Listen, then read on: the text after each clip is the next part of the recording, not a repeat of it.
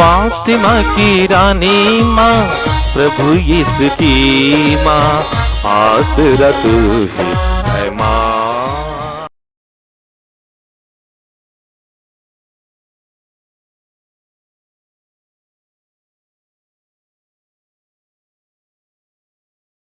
पहला पाठ प्रेरित चरित्र अध्याय 22 पद संख्याएं 30, अध्याय 23 पद संख्याएं 6 से 11 तक। दूसरे दिन कप्तान ने पौलुस के बंधन खोल दिए और महायाजकों तथा समस्त महासभा को एकत्र हो जाने का आदेश दिया, क्योंकि वह यह निश्चित रूप से जानना चाहता था कि यहूदी पौलुस पर कौन सा अभियोग लगाते हैं।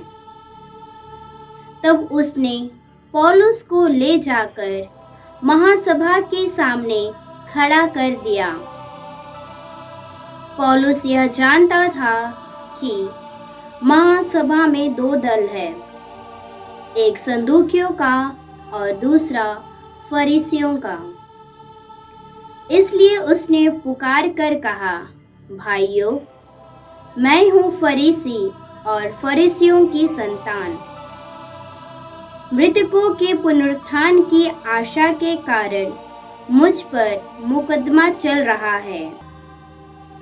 पौलुस के इस शब्दों पर फरीसियों तथा सदूकियों में विवाद होने लगा और उनमें फूट पड़ गई, क्योंकि सदूकियों की धारणा है कि ना तो पुनरुत्थान है, ना स्वर्गदूत और ना आत्मा, परंतु फरीसी इन पर विश्वास करते हैं। इस प्रकार बड़ा कोलाहल मच गया। फरीसी दल के कुछ शास्त्री खड़े हो गए और पुकार कर कहने लगे, हम इस मनुष्य में कोई दोष नहीं पाते। यदि कोई आत्मा अथवा स्वर्गदूत उससे कुछ बोला हो तो विवाद बढ़ता जा रहा था और कप्तान को डर हो रहा था कि कहीं वो पौलुस के टुकड़े टुकड़े ना कर दे। इसलिए उसने सैनिकों को आदेश दिया कि वे सभा में जाकर पौलुस को उनके बीच में से निकाल ले और छावनी ले जाए। उसी रात को प्रभु पौलुस को दिखाई दिए और बोले, धीर बने रहो। तुमने यरूशलेम में जिस तरह मेरे विषय में साक्ष्य दिया है, तुमको उसी तरह रोम में भी साक्ष्य देना है। प्रभु की वाणी। ईश्वर को धन्यवाद। भजन अनुवाक्य। हे ईश्वर, तुझ पर ही भरोसा है, तू मेरी रक्षा कर। हे ईश्वर, तुझ पर ही भरोसा है, तू मेरी रक्षा कर। हे ईश्वर, तुझ पर ही भरोसा है, तू मेरी रक्षा कर। मैं प्रभु से कहता हूँ, तू ही मेरा ईश्वर है। हे प्रभु, तू मेरा सर्वस्व और मेरा भाग्य है। तेरे ही हाथों में मेरा जीवन है। अनुवाक्य। हे ईश्वर, तुझ पर ही भरोसा है, तू मेरी रक्षा कर। हे ईश्वर, तुझ पर ही भरोसा है, तू मेरी रक्षा कर। मैं अपने परामर्शदाता ईश्वर को धन्य कहूँगा। मेरा अंतःकरण रात को भी मुझे मार्ग दिखाता है। प्रभु सदा ही मेरी आँखों के सामने रहता है। वह मेरे दाहिने विद्यमान है, इसलिए मैं दृढ़ बना रहता हूँ। अनुवाक्य। हे ईश्वर, तुझ पर ही भरोसा है, तू मेरी रक्षा कर। हे ईश्वर, तुझ पर ही भरोसा है, तू मेरी रक्षा कर। मेरा हृदय आनंदित है, मेरी आत्मा प्रफुल्लित है और मेरा शरीर भी सुरक्षित हो रहेगा, क्योंकि तू मेरी आत्मा को अधोलोक में नहीं छोड़ेगा। तू अपने भक्त को कब्र में गलने नहीं देगा। अनुवाक्य, हे ईश्वर, तुझ पर ही भरोसा है, तू मेरी रक्षा कर। हे ईश्वर, तुझ पर ही भरोसा है, तू मेरी रक्षा कर। तू मुझे जीवन का मार्ग दिखाएगा। तेरे पास रहकर परिपूर्ण आनंद प्राप्त होता है। तेरे दाहिने सदा के लिए सुख शांति है। अनुवाक्य, हे ईश्वर, तुझ पर ही भरोसा है, तू मेरी रक्षा कर। हे ईश्वर, तुझ पर ही भरोसा है, तू मेरी रक्षा कर। जय घोष, हालेलुया। प्रभु कहते हैं, हे पिता, जिस तरह तू मुझ में है और मैं तुझ में, उसी तरह वे भी हम में एक हो जाएं, जिससे संसार यह विश्वास करे कि तूने मुझे भेजा है। हालेलुया। प्रभु आप लोगों के साथ हो और आपकी आत्मा के साथ। संत यूहन्ना के अनुसार पवित्र सुसमाचार। हे प्रभु, तेरी महिमा हो। अध्याय 17 पद संख्याएं 20 से 26 तक। यीशु ने अपनी आंखें ऊपर उठाई और यह कहा, हे परम पावन पिता, मैं न केवल इनके लिए विनती करता हूँ, बल्कि उनके लिए भी जो इनकी शिक्षा सुनकर मुझ में विश्वास करेंगे, सबके सब एक हो जाए। हे पिता, जिस तरह तू मुझ में है और मैं तुझ में, उसी तरह वे भी हम में एक हो जाए, जिससे संसार यह विश्वास करे कि तूने मुझे भेजा है। तूने मुझे जो महिमा प्रदान की है, वह मैंने उन्हें दे दी, जिससे वे हमारी ही तरह एक हो जाए। मैं उनमें रहूं और तू मुझ में, जिससे वे पूर्ण रूप से एक हो जाए, और संसार यह जान ले कि तूने मुझे भेजा है, और तूने जैसे मुझे प्यार किया है वैसे ही उन्हें भी प्यार किया है। हे पिता, मैं चाहता हूँ कि तूने जिन्हें मुझे सौंपा है, वे जहाँ मैं हूँ मेरे साथ रहें, जिससे वे मेरी महिमा देख सके, जिसे तूने मुझे प्रदान किया है, क्योंकि तूने संसार की सृष्टि से पहले मुझे प्यार किया है। हे न्यायी पिता, संसार ने तुझे नहीं जाना, परंतु मैंने तुझे जाना है, और ये जान गए कि तूने मुझे भेजा है। मैंने इन पर तेरा नाम प्रकट किया है और प्रकट करता रहूँगा, जिससे तूने जो प्रेम मुझे दिया है, वह प्रेम इनमें बना रहे और मैं भी इनमें बना रहूं। प्रभु का सुसमाचार। हे क्रिस्त, तेरी स्तुति हो। जय यीशु। क्रिस्त में प्रिय भाई और बहनों, आज के पहले पाठ में हमने सुना कि किस प्रकार संत पौलुस यहूदियों के चंगुल से बच गए। चमत्कारी रूप से संत पौलुस बच गए। यरूशलेम के यहूदियों की महासभा में संत पौलुस पेश किए गए। उनको मालूम हो गया कि उस महासभा में दो प्रकार के लोग हैं। एक सदुकी संप्रदाय के सदस्य, जो पुनरुत्थान में, आत्मा में, अनंत जीवन में, स्वर्ग में सब विश्वास नहीं करते थे। इस दुनिया से सीमित जीवन वे बिताना चाहते थे। पुनरुत्थान में उनका विश्वास नहीं था। दूसरे प्रकार के लोग थे फरीसी। फरीसी संप्रदाय के लोग पुनरुत्थान में विश्वास करते थे, स्वर्गदूतों में विश्वास करते थे। तो संत पौलुस को यह जानकारी मिली, यह समझ मिली कि सभा में दो प्रकार के लोग हैं। इसको हम लोग करिश्माई दृष्टि से कहते हैं ज्ञान के शब्द। संत पौलुस ने कुरिन्थियों के नाम पहले पत्र में अध्याय 12 में इसके बारे में लिखा है। एक विशेष करिश्माई वरदान है ज्ञान के शब्द। एक समझदारी पवित्र आत्मा देता है।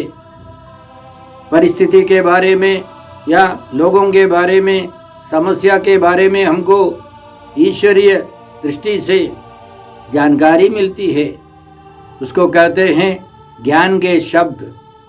संत पौलुस को ज्ञान के शब्द मिले कि ये लोग दो प्रकार के लोग हैं और उनके बीच में फूट डालने से वे बच सकते हैं। यह समझदारी काफ़ी नहीं है, इसलिए पवित्र आत्मा दूसरा एक करिश्माई वरदान देता है प्रज्ञा के शब्द। प्रज्ञा के शब्द में कुछ बोलना पड़ता है, बचने के लिए उपाय बताना पड़ता है। तो संत पौलुस को पवित्र आत्मा ने प्रज्ञा के शब्द दिए, इसलिए वे खड़े हो गए और उन्होंने सबों के सामने घोषणा की, मैं हूँ फरीसी और फरीसियों की संतान। मृतकों के पुनरुत्थान की आशा के कारण मुझ पर मुकदमा चल रहा है। यह प्रज्ञा के शब्द है, बचने का उपाय है। विषम परिस्थिति में पवित्र आत्मा हमको प्रज्ञा के शब्द दे सकते हैं, समस्याओं का समाधान दे सकते हैं। इसलिए उन्होंने संत पौलुस ने इसी तरह बताया।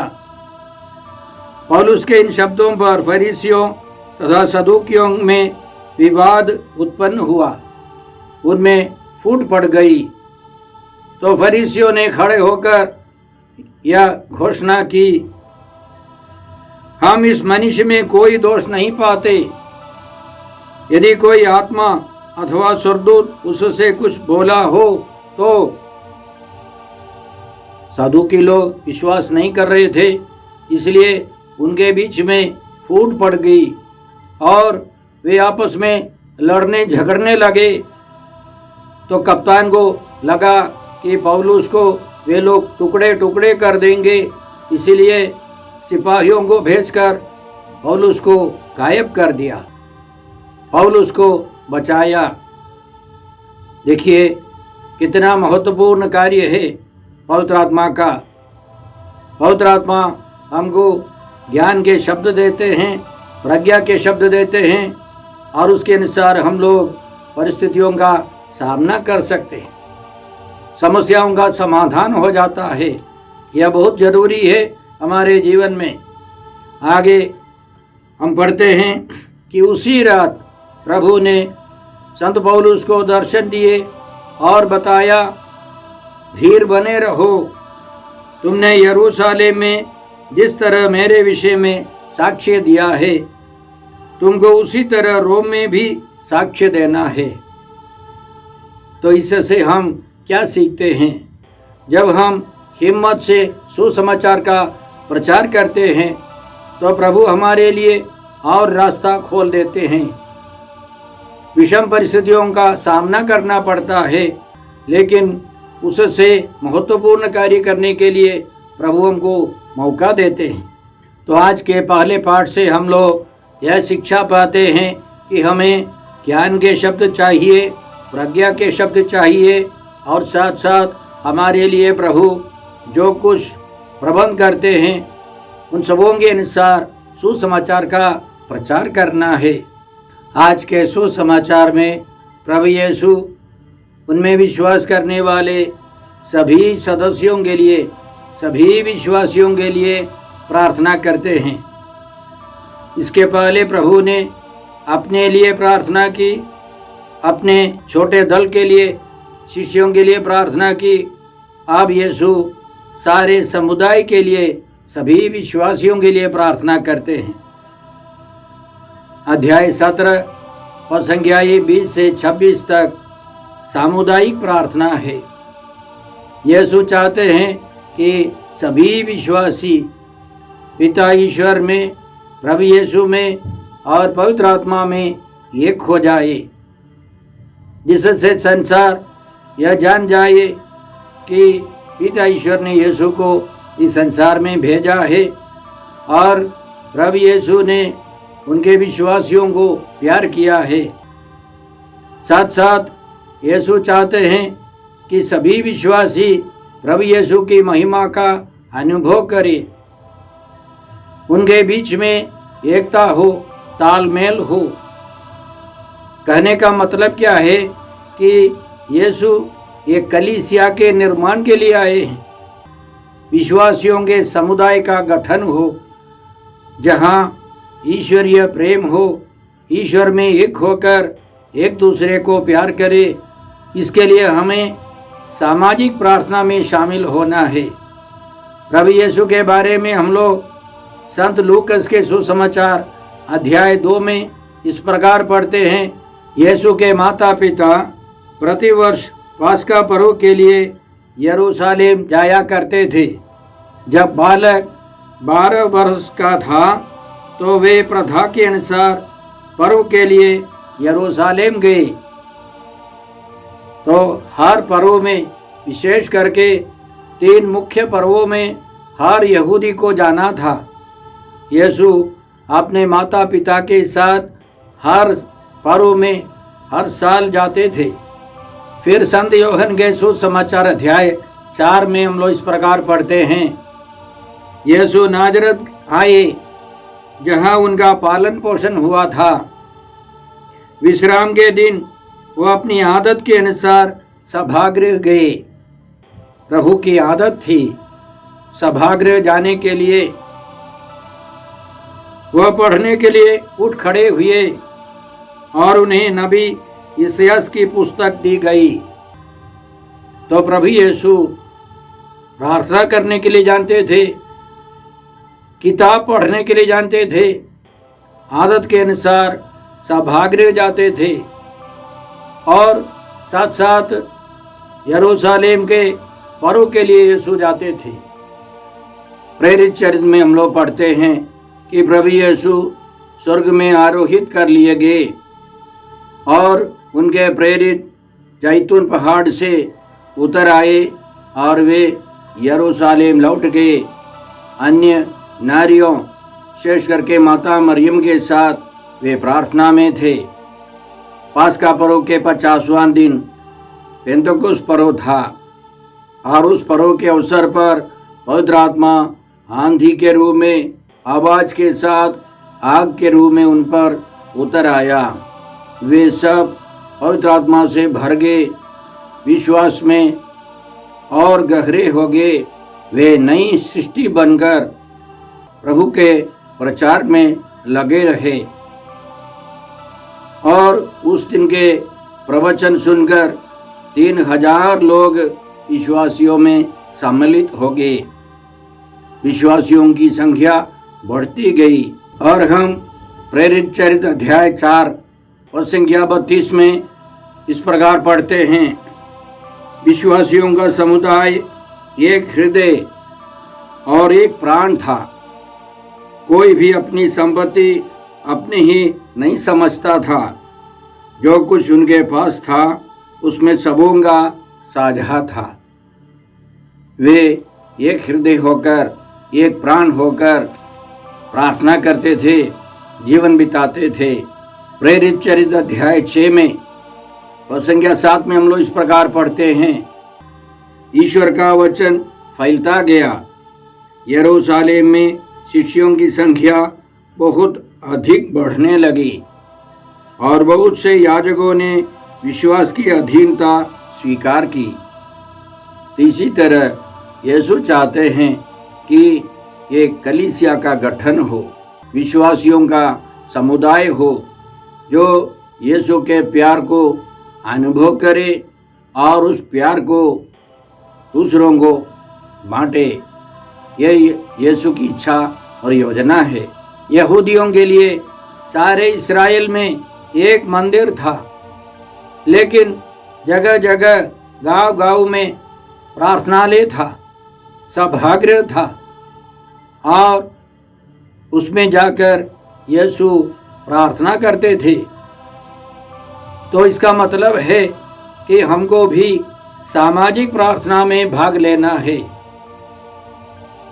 हर रविवार को हमको चर्च जाकर मिसा बलिदान में योग्य रीति से भाग लेना है, सामाजिक प्रार्थनाओं में भाग लेना है। कई पल्लियों में वार्षिक चुपियाँ होती है, वार्षिक साधनाएं होती है, उन सबों में भाग लेना है।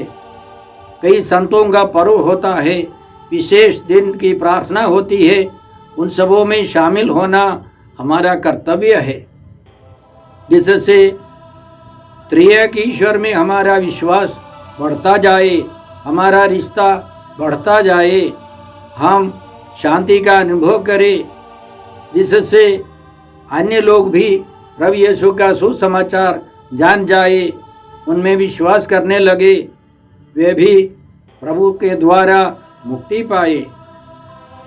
हम लोगों को हर साल कम से कम एक बार करिश्माई साधना में भाग लेकर प्रभु का वचन सुनना है।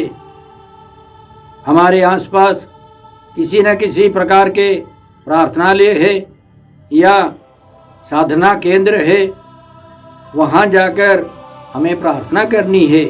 इसके लिए प्रभु यीशु हमें रास्ता दिखाते हैं। आइए हम प्रार्थना करें। हे पिता ईश्वर, हे प्रभु यीशु, हे पवित्र आत्मा ईश्वर, आज के सारे पवित्र वचनों के लिए हम धन्यवाद देते हैं और प्रार्थना करते हैं कि हम भी संत पौलुस के समान होशियार रहें, पवित्र आत्मा की कृपा से वरदानों से संचालित रहें, सुसमाचार के प्रचार के लिए उत्साही रहें और सामाजिक प्रार्थनाओं में हम लोग रुचि रखें, उन सबों में हम लोग भाग ले, कृपा पाए। हम यह प्रार्थना करते हैं प्रभु क्रिस्त के द्वारा। हमारे प्रभु यीशु क्रिस्त की कृपा, ईश्वर का प्रेम और पवित्र आत्मा का साहचर्य आप सबों को प्राप्त हो। आमीन।